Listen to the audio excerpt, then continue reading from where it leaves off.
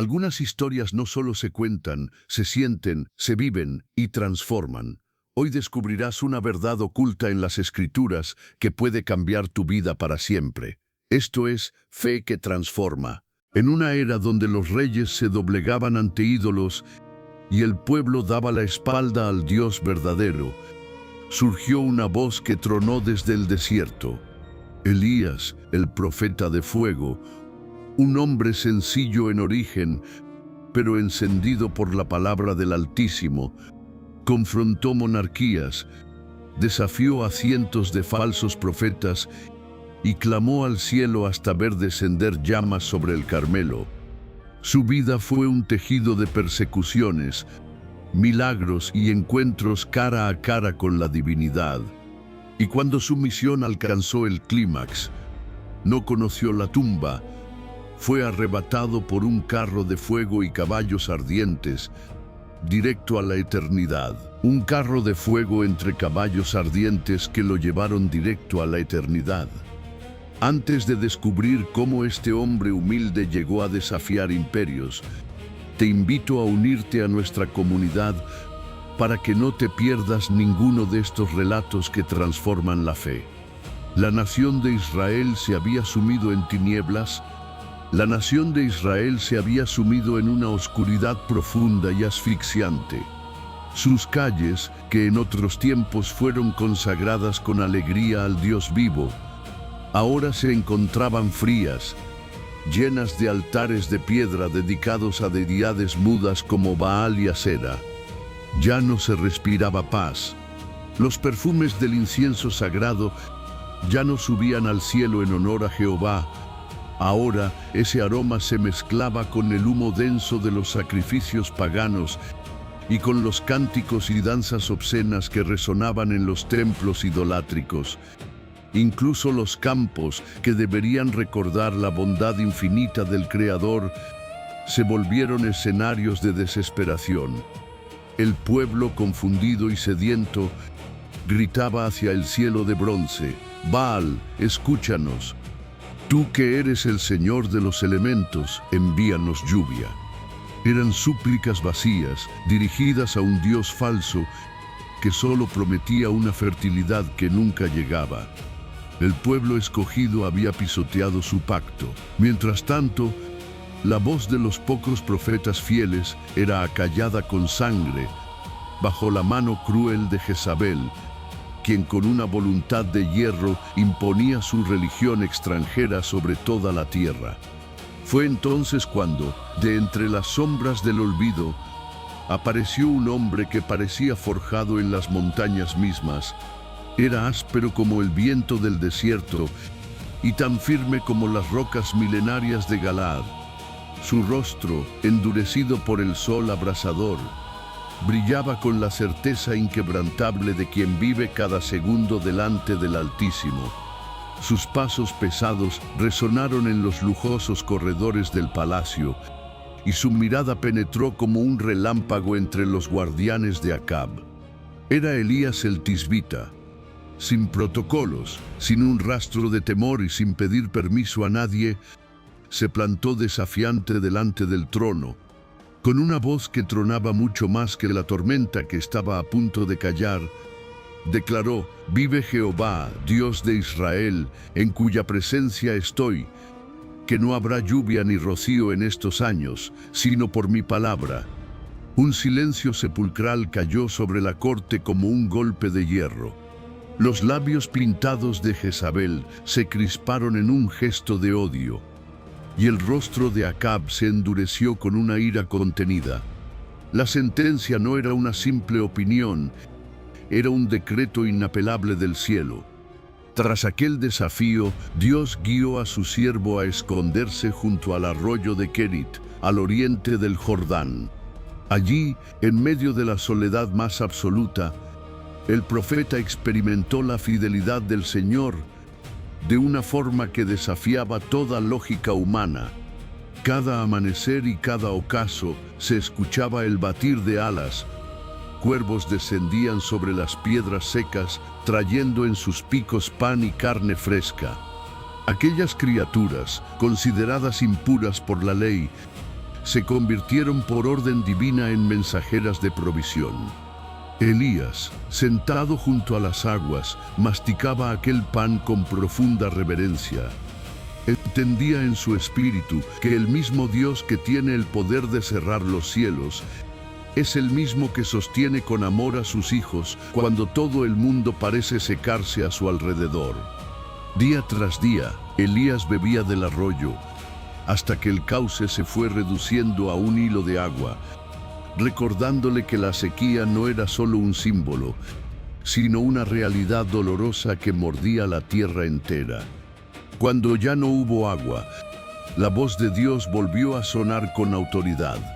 Debía partir hacia Sarepta, en tierra extranjera, curiosamente en la misma Sidón de donde Jezabel había traído su idolatría.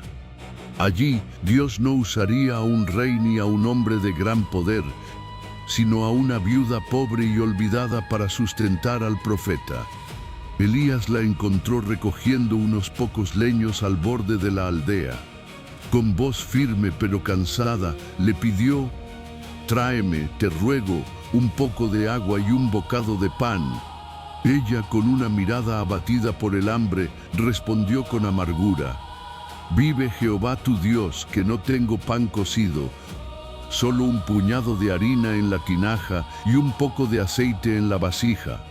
He aquí, recogía estos 2 leños para preparar la última comida para mí y para mi hijo. Después de comerlo, solo nos queda esperar la muerte». Pero Elías, con la seguridad de quien porta la palabra del Rey de Reyes, le dijo con dulzura: «No tengas temor. Ve y haz como has dicho, pero hazme a mí primero una pequeña torta cocida. Después harás para ti y para tu hijo, porque así ha dicho Jehová: la harina de la tinaja no escaseará, ni el aceite de la vasija disminuirá hasta el día en que Dios haga llover sobre la faz de la tierra». El silencio de aquel instante se volvió eterno. La mujer, temblando en esa frontera invisible entre la duda y la fe, decidió obedecer. Y en ese momento el milagro comenzó a fluir. La tinaja nunca quedó vacía, la vasija nunca estuvo seca. Cada mañana, al meter la mano, encontraba la harina necesaria. Cada vez que inclinaba la vasija, el aceite dorado fluía constante. En un tiempo donde la sequía quebraba naciones enteras y los reyes pasaban hambre, en esa humilde casa de Sarepta se servía pan fresco y caliente todos los días, demostrando que para Dios nada es imposible. Pero la prueba de fe en Sarepta no había terminado con el pan diario. El hijo de la viuda enfermó gravemente, luchando por cada aliento hasta que, finalmente, su cuerpo quedó inerte. El llanto desgarrador de la madre llenó el aire, y su corazón herido miró al profeta con preguntas amargas. «¿Qué tengo yo contigo, varón de Dios? ¿Viniste a mí para recordar mis pecados y hacer morir a mi hijo?» Elías, sin decir palabra, tomó al niño de los brazos de la madre, lo llevó al aposento alto donde él moraba y lo tendió sobre su propia cama. Allí, en la intimidad del dolor, clamó con toda su alma: «Jehová, Dios mío, te ruego que hagas volver el alma de este niño». Se tendió sobre el cuerpo 3 veces, y con cada súplica el cielo parecía contener el aliento en un silencio absoluto. Finalmente, el milagro ocurrió. La vida volvió al cuerpo frío. Elías bajó las escaleras, entregó al niño a su madre y pronunció las palabras que ella jamás olvidaría: «Mira, tu hijo vive». En ese instante, la mujer confesó con lágrimas: «Ahora conozco que tú eres varón de Dios, y que la palabra de Jehová en tu boca es la verdad absoluta». 3 años de sequía implacable habían desnudado a Israel. Los campos eran solo polvo, los ríos eran grietas secas, y el ganado caía muerto bajo un sol que no perdonaba. El dios Baal, que según sus sacerdotes gobernaba las lluvias, había quedado en un silencio vergonzoso.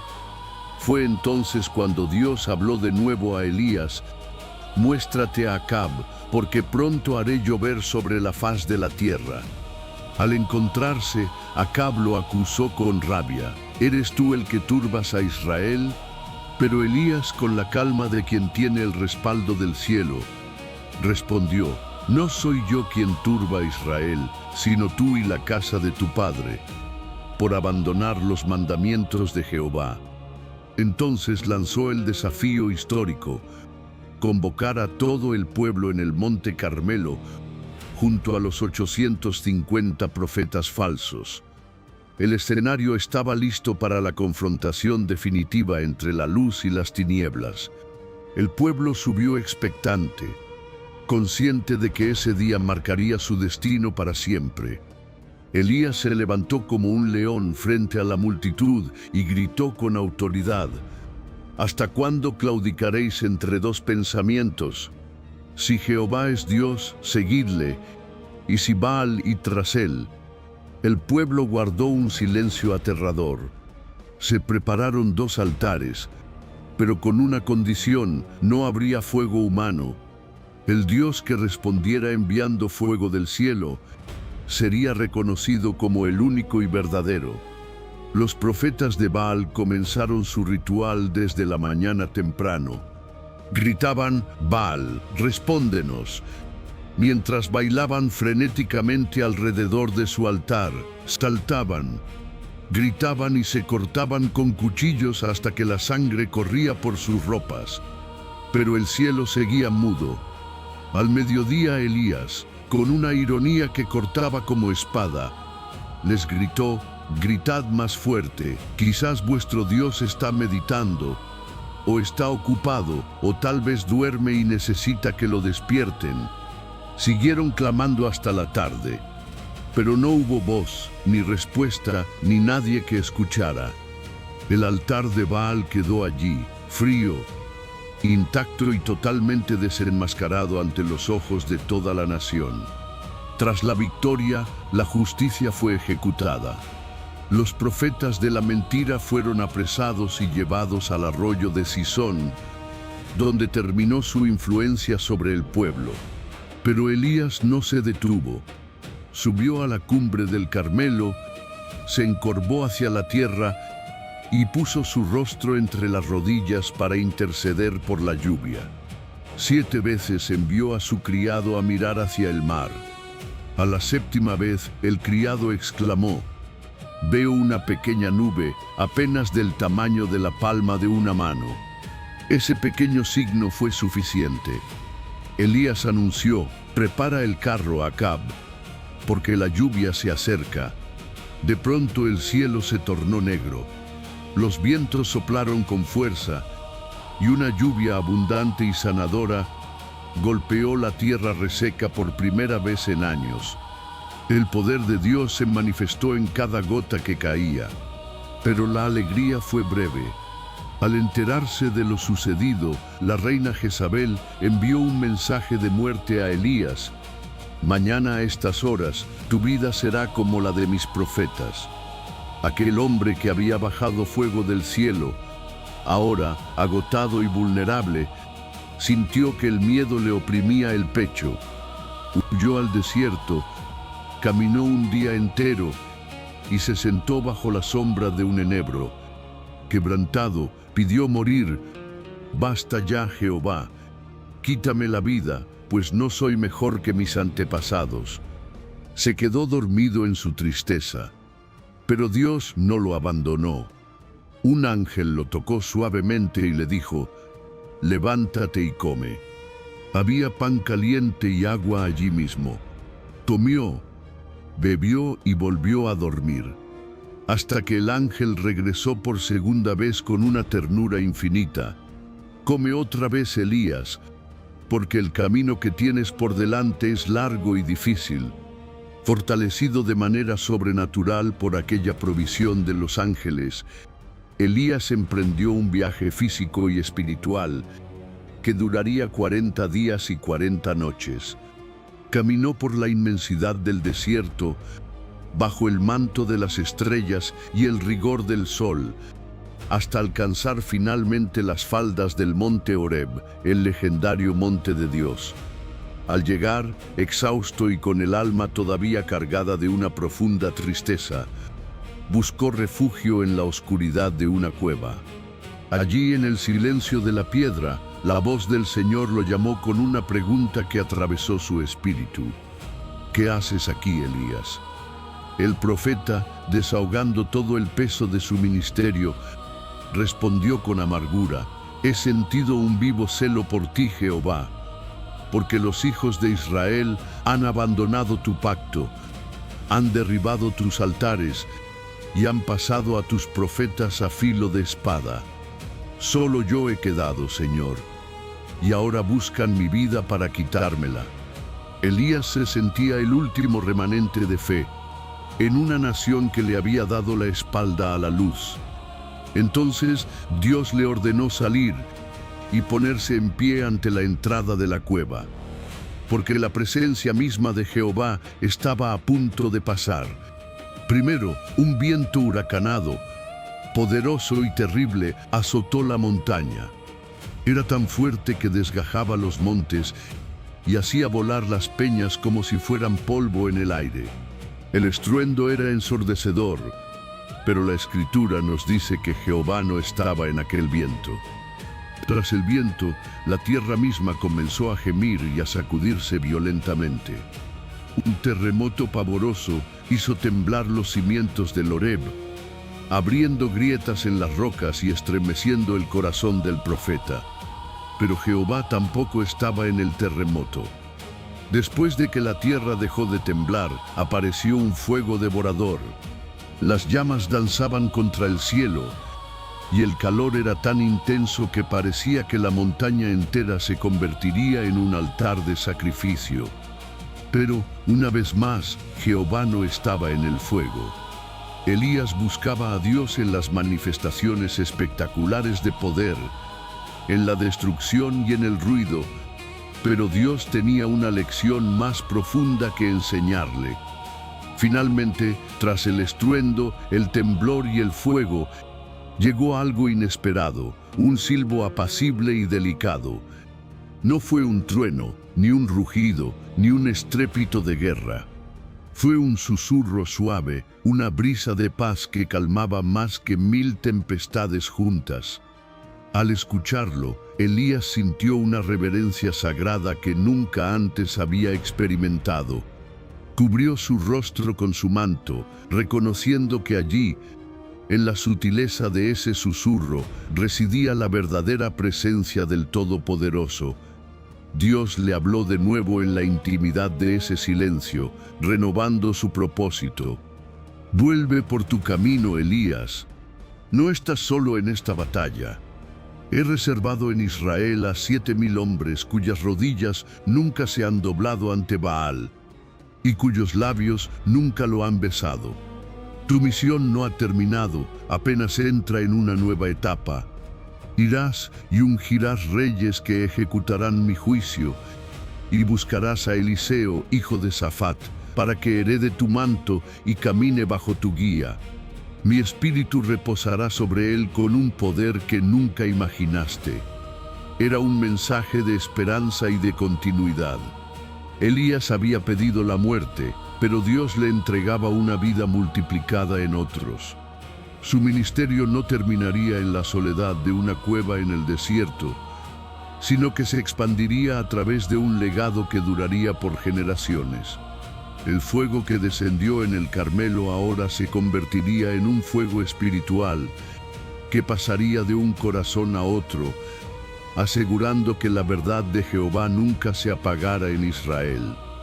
Tras recibir las instrucciones divinas en el silencio del monte Horeb, Elías descendió de las alturas con una paz renovada, comprendiendo que su tiempo en la tierra estaba entrando en su capítulo final, pero que su labor trascendería su propia existencia.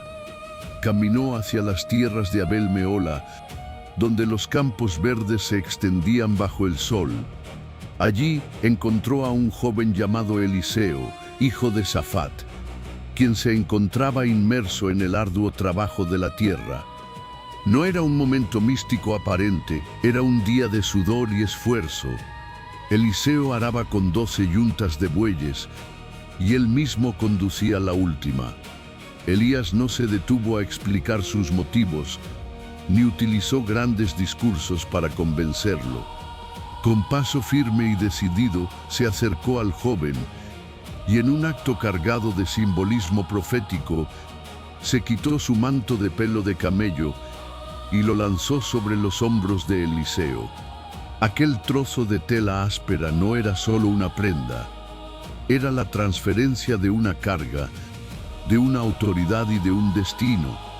Eliseo, sintiendo el peso de la gloria de Dios sobre sus hombros, entendió el llamado de inmediato, dejó los bueyes, corrió tras el profeta y tras una despedida cargada de sacrificio, donde quemó sus arados y ofreció sus bueyes al pueblo, se convirtió en el servidor incansable de Elías.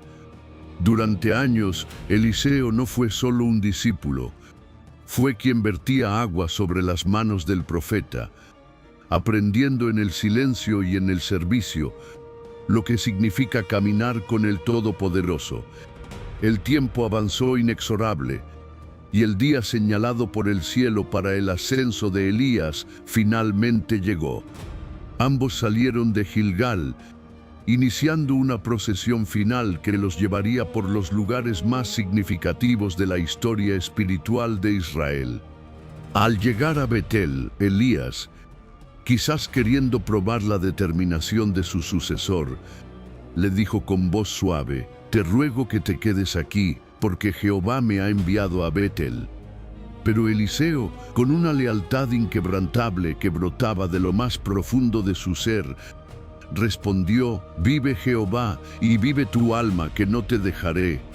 Esta escena se repitió en Jericó. Elías insistía en que Eliseo se detuviera, pero el joven se aferraba a su maestro con una fe desesperada, sabiendo que cada paso era un tesoro de sabiduría. Incluso los hijos de los profetas se acercaban a Eliseo para recordarle lo inevitable: «¿Sabes que Jehová quitará hoy a tu señor de sobre ti?». Eliseo, con el corazón apretado por la tristeza pero firme en su propósito, solo respondía: «Sí, yo lo sé, callad». No había lugar para las palabras vacías, solo para la preparación del espíritu ante lo sobrenatural. Llegaron finalmente a las orillas del río Jordán, el mismo río que siglos antes se había detenido ante el arca del pacto. 50 hombres de los hijos de los profetas los observaban de lejos, curiosos por ver el desenlace de aquel hombre de fuego. Elías, con una autoridad que parecía emanar de sus poros, tomó su manto una vez más, lo dobló y golpeó las aguas del río. Ante los ojos asombrados de los testigos, las aguas se dividieron a un lado y al otro, abriendo un camino de tierra seca en medio del cauce. Los dos caminaron por el lecho del río, paso a paso, dejando atrás el mundo conocido para entrar en la antesala de la eternidad. Al cruzar al otro lado, en la soledad del desierto, Elías se detuvo y miró a Eliseo con la ternura de un padre que está a punto de partir. «Pide lo que quieras que haga por ti, antes de que yo sea quitado de tu lado», dijo el profeta. Eliseo no pidió riquezas, ni fama, ni una vida tranquila. Su petición fue audaz y espiritual. «Te ruego que una doble porción de tu espíritu esté sobre mí».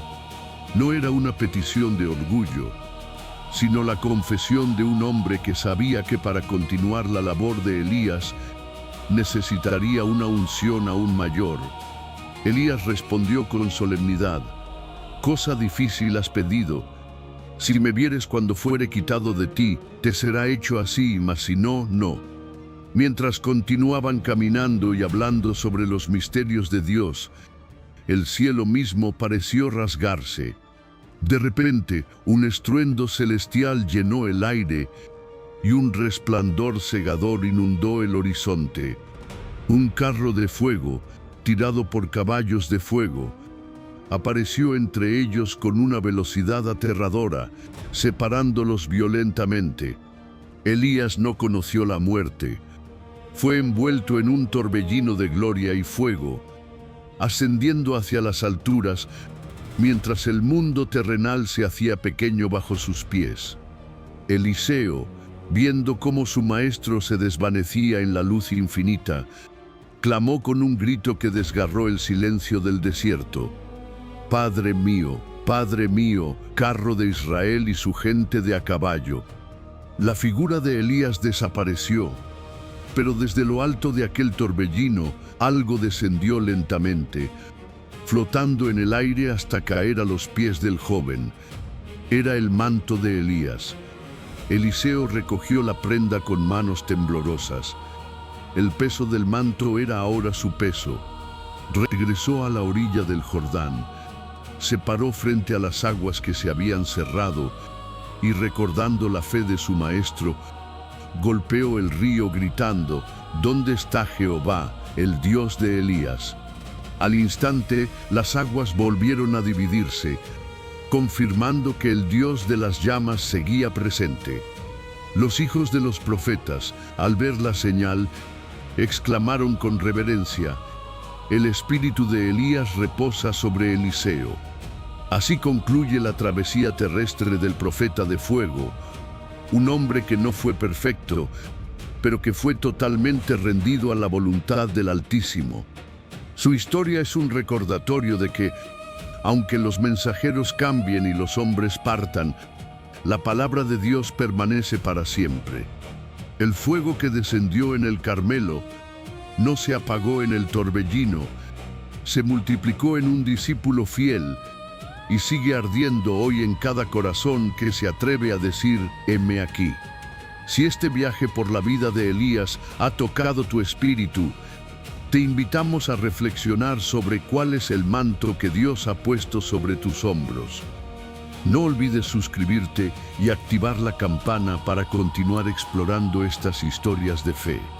Deja tu comentario con la palabra amén si crees que Dios sigue haciendo milagros hoy. Y comparte este video para que la luz del Carmelo ilumine a muchos más. Ya tienes disponible en nuestro canal el siguiente capítulo: La vida y los milagros de Eliseo. Nos vemos en el próximo relato.